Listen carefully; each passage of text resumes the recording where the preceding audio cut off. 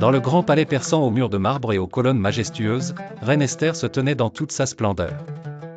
Vêtue d'une robe pourpre et or qui luisait sous les rayons du soleil timide, elle arborait une couronne dorée symbole de son rang nouvellement acquis.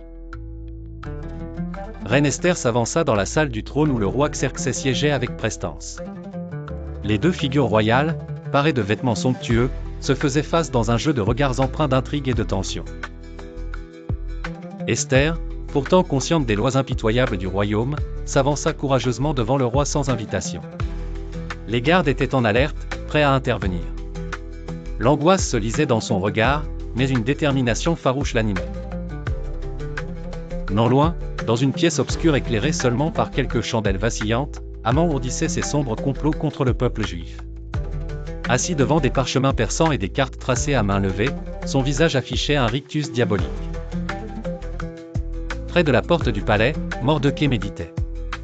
Drapé dans ses habits traditionnels juifs, il observait pensivement l'agitation de la ville antique qui l'entourait, se demandant ce que l'avenir réservait à son peuple.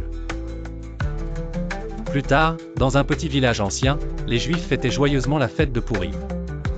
Vêtus de vêtements aux couleurs vives, ils dansaient et chantaient, savourant la nourriture festive avec des expressions de pur bonheur inscrites sur leur visage.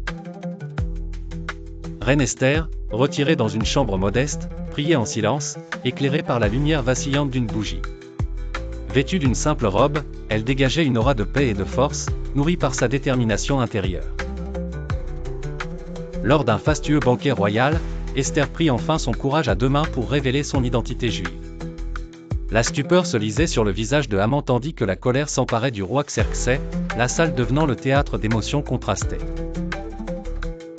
Les ténèbres tombantes du crépuscule furent témoins du moment dramatique où Haman fut emmené, entouré de gardes, vers les potences qu'il avait lui-même érigées.